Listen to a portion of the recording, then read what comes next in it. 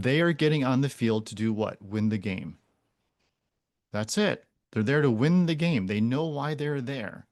Each and every person knows their positions. They know how to interact with each, aka cross-functionally. They know how to interact with each and every person. They know their positions. They have clear roles and responsibilities.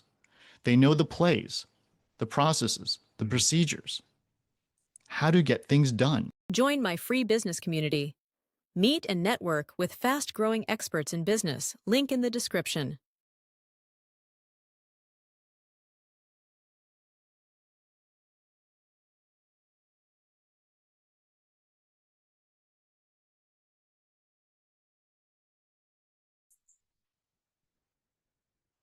Welcome, everyone, to Doing Business with a Servant's Heart podcast. I'm your host, Steve Ramona. And I even told my guest, I've had a lot of executive coaches, advisors, consultants, but I love asking their uniqueness. And you're going to love this guy. He's going to give you a computer analogy that's going to blow you away. Because you know what? You all have a computer because you're watching on YouTube, or you're listening on a podcast. Maybe it's a phone, but they're really all the same. But we're going to talk about you people out there that are founders that are struggling, that never see my family, don't make enough money, problems at work, on and on and on. We're going to talk about all that. But before we do, let's start with something positive. He's going to be positive, but here's a positive gratitude for today. Just in case you haven't heard this in a while, I thought to let you know that you all are amazing. And you are in what you do. My guest is amazing in what he does, so let's bring him on. Nick, welcome to the show. Howdy, Steve. Thanks for having me on. You're so welcome. Musica. So how you say your last name? It is. Yeah. Very white bread, Musica. Mm-hmm. It just reminds me, of course, of music. So I thought I'd come on here, a long-haired Steven Tyler type guy, and you're a professional. No. I love it. That's not you. No. Well, I want you to start with that computer analogy, because I'm a big computer tech. I built my first computer in '79. Way back in the day. Yeah. So I was at the very start, and I know a lot about it, but you talk about that analogy. Yeah. You asked me what's unique, because what did you say? 300? You've had 300 coaches? 300, yeah. Only 300? Yeah. Good point. Like what makes you unique? And my perspective is what we have done, what has got us to this point, our lived experiences and what we have to offer makes us unique. And so I like to work with founders who are suffering in what they created. Folks who have built a business from nothing to 1 million to 550. The number doesn't matter. I mean, it matters to them from a revenue perspective. But what I see consistently is, we've heard the phrase, what got you here ain't going to get you there. And so people build these systems, and then they start to wonder, well, how did I build from 0 to 10,000 and I keep on stepping on the gas, but the car doesn't go any faster. We're essentially flooding the engine with gasoline, and we're not getting any more results. We're going nowhere. Now blame starts to happen, frustration starts to happen. We start to wonder if we have the right people in the right seats. Valid question, but more importantly, the system that we've built is not set up to sustain the growth of what we want to build, of where we want to go. And so the computer equation, right? So I have a machine that's getting a little old. It's getting a little old. I need to clear out some big files every once in a while. I'm dreading going to get that new computer. Do I want to spend the money? Do I want to spend the time? I know what happens. I got to get all my applications on there. I got to set the thing up. It takes like a day. It's a real pain in the butt. But then after that, I go, oh man, like this thing runs like a champ, right? Like this, everything is running. My Windows Gone Wild habit is perfectly fine on that new computer. Whereas as the current one, it causes some real problems. But it takes a lot for us to get there. We're living in that discomfort for longer than we probably should, just speaking for myself. And then when we get the new machine, we're telling all of our friends about why they should get a new machine. Like this thing is the best thing since sliced bread. Well, of course, because we ran the old thing, the old operating system, into the ground. And now we've made the conscious decision to work through the discomfort of going to buy the machine, talk to the guy, get the machine, have it all set up, get everything transferred over. And we start to learn the new machine. and we realize we're in a better place having gone through that discomfort versus how long do we want to stay in the discomfort of Mm. continuing to work in the same operating system, blaming the old OS. It's not going to get any better no matter how much we blame. We can take applications off, aka we can let people go, we can get new people in. But if you're doing that within the old construct, it's only get what, 10%? Who wants to grow by 10%? Who cares? Who cares? You can gain or lose 10% with the tide. That's not intentional. When we do things intentionally, when we say we are willing to look at what we created, we're willing to see the bruises and the good spots, and we're looking to imagine a bigger, better future for ourselves, and then start to lay down the path about how to get there. Well, now we're setting up for change. Now we have a choice: stay in this discomfort, and we're just going to go down, or grow 10%. Great. Or approach the discomfort knowing that it's going to get worse before it gets better. And that's the part that people go, oh shit, really? Like, is that I'm going to have to look at my people and see who's going to stay, who's going to go. I'm going to have to look at myself. I'm going to look at how I show up on every day. Yeah. But know that it's going to get better. That's the bonus of this. Where do you want to be in 3 years? You want it to be better or not? It's really a choice. Yeah, it leads to a number of things. I've talked to very successful people on my shows. Being uncomfortable, just plan on being that.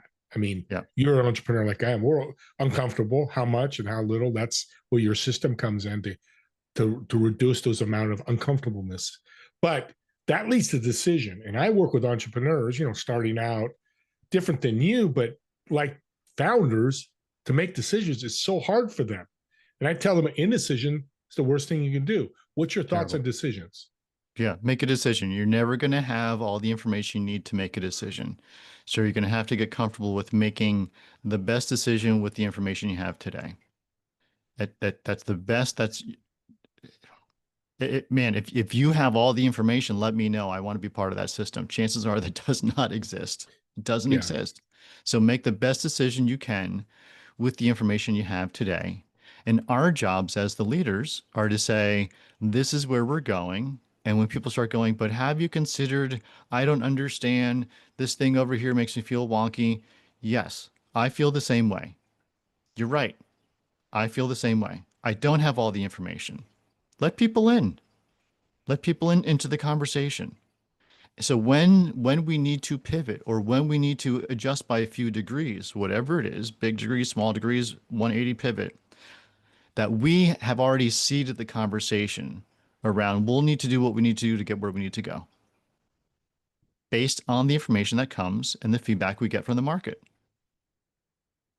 But Yeah. until then, we're going to be making the best decisions with the information that we have. Or I work with something called the Harrison assessment. It's a behavioral assessment. It measures 175 characteristics of behavior. And one of them is risk. And so for folks who rank 2 out of 10, 2 is very low in this context.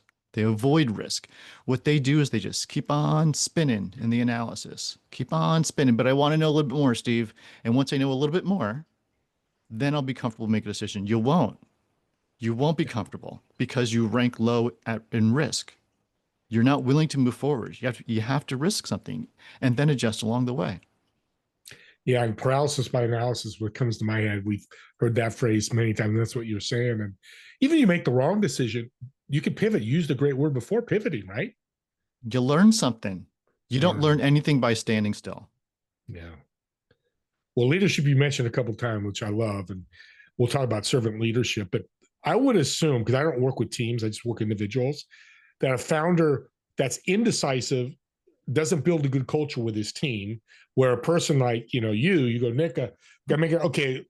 24 hours later, you make a decision. We're going to do this and run with this, for example. That culture is going to be better through the team.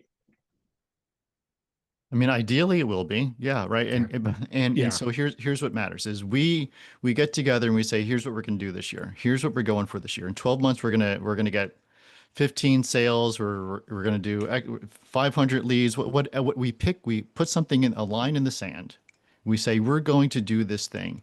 And now everyone goes, oh, that's the thing we're going to do, regardless of your position in the company.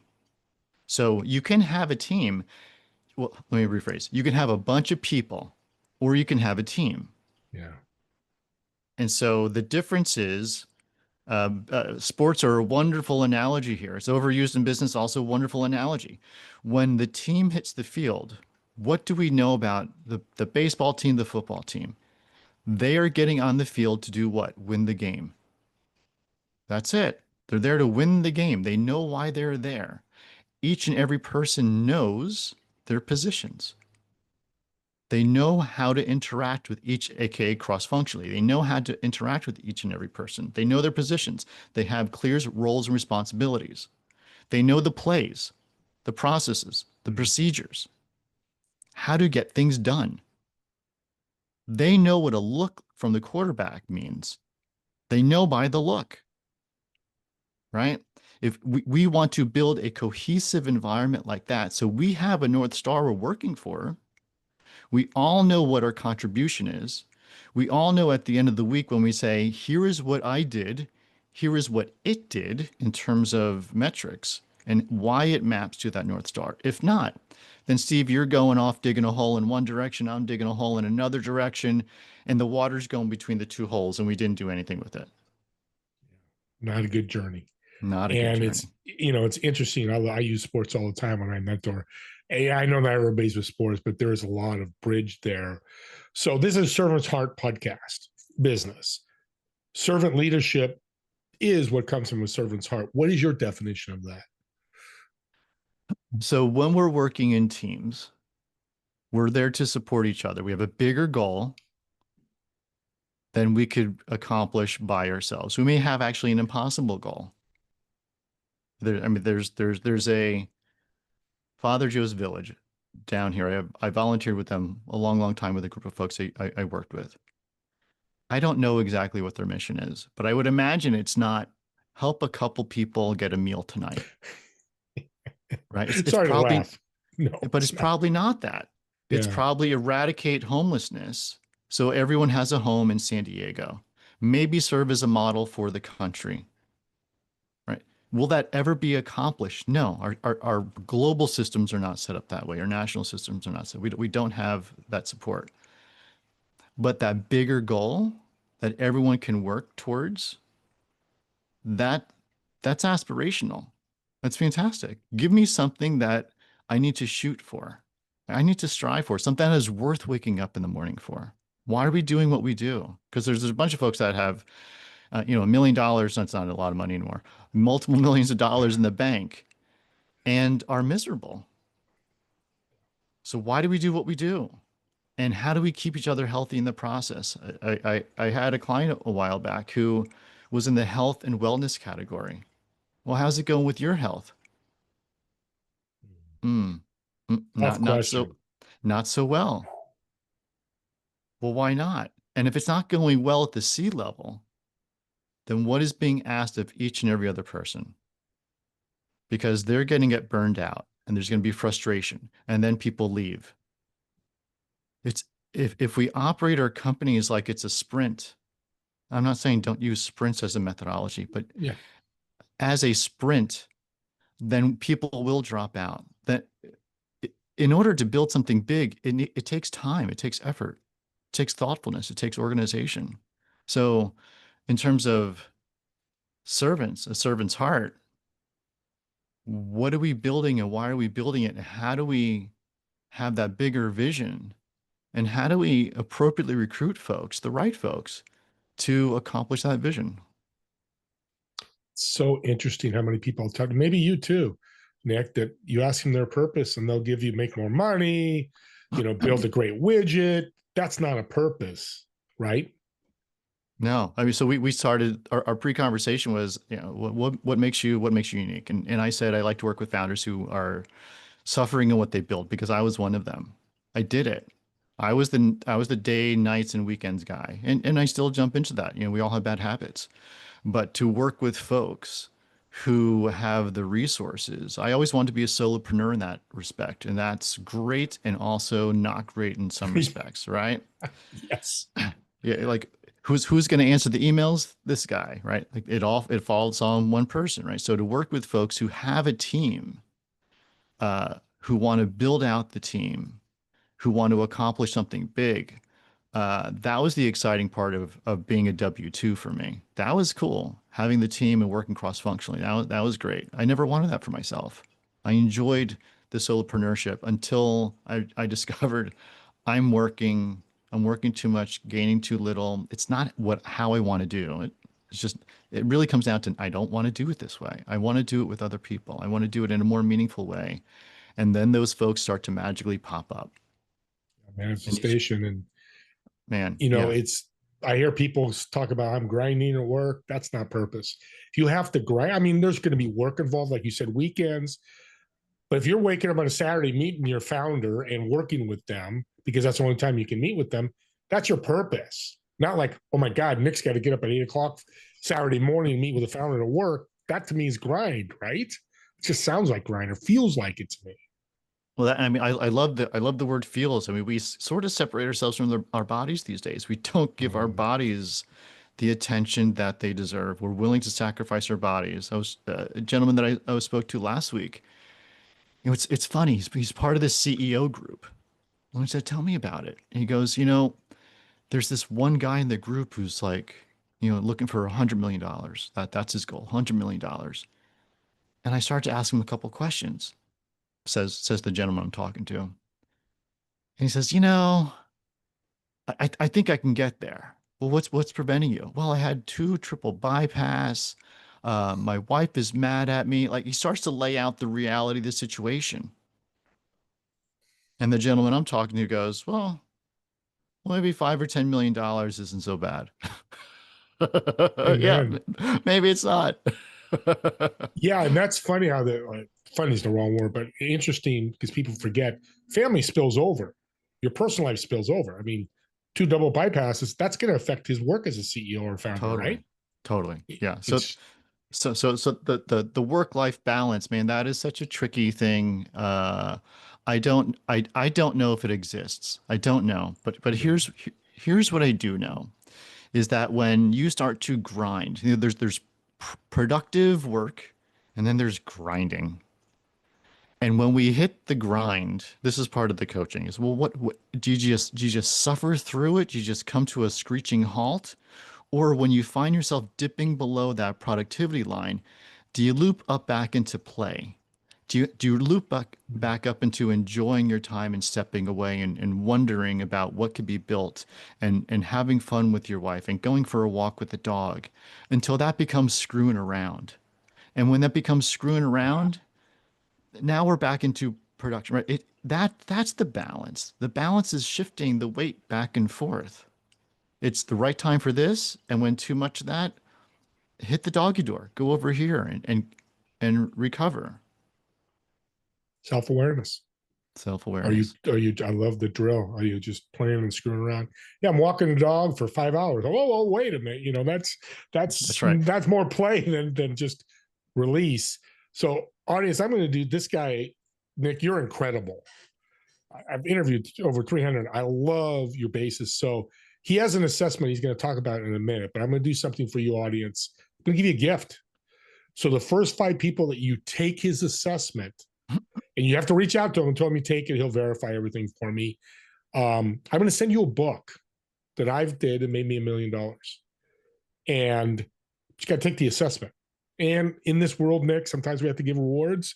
Not a lot of the time, but that's okay to me. I know some people go, you shouldn't. I like that because it gets them to take the assessment. So what's the assessment? I know you mentioned it earlier, but go a little deeper into that. Yeah. So you can find it on nickmusica.com. Go up to the navigation bar, leadership assessment. There's 8 facets of an organization.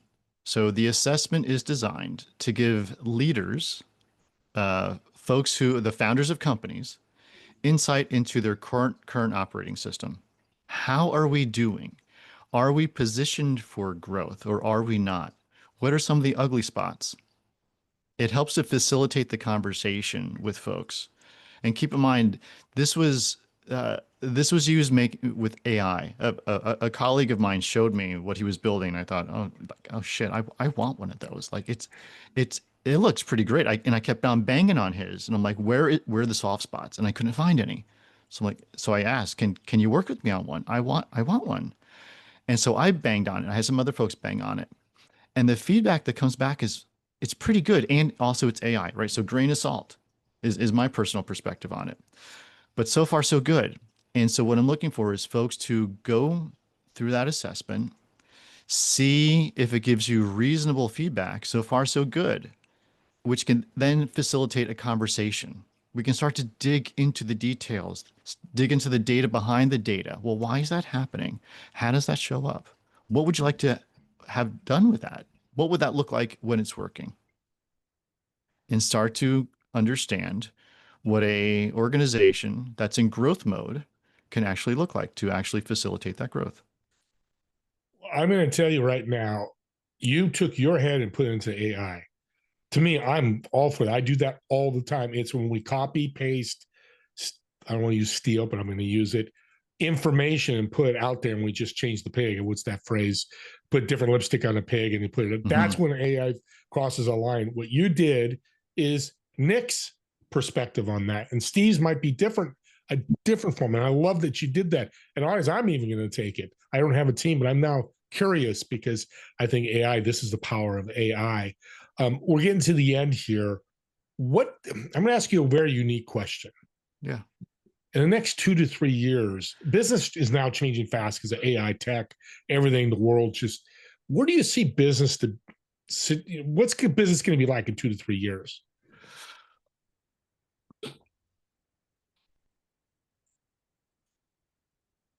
Where my brain just went is where should business be in 2 to 3 years? Right. So I think we're fundamentally out of balance. I think we are relearning what it means to be human. I think we have gone off. We're way off the scale. Social media did not make us more social. It put us in little boxes, right? We can't even have dinner with one another without looking at our phones. It did not. It takes no, no. It did not make us social, right? Artificial intelligence. It is not going to make us more intelligent. We're giving over our authority to folks. Like this is the dystopian world aspect of the technology that we have. My perspective. This is just my experience with things. Disagree if you like. And so what I think going back to that work play, it's a paradox. It's this and it's that. It's not this or that, right? When too much work, go play. When too much play, you're screwing around, go work. Well, we have this technology component that we're leaning heavy on. And in the meantime, we have no idea. We have some signals, but we have no idea what it's doing to everything else. What are the resources that it's chewing up? What is it bypassing in terms of our own friction, aka our learning? What is it doing for entry-level jobs? Right? Like there are things that we have yet to see.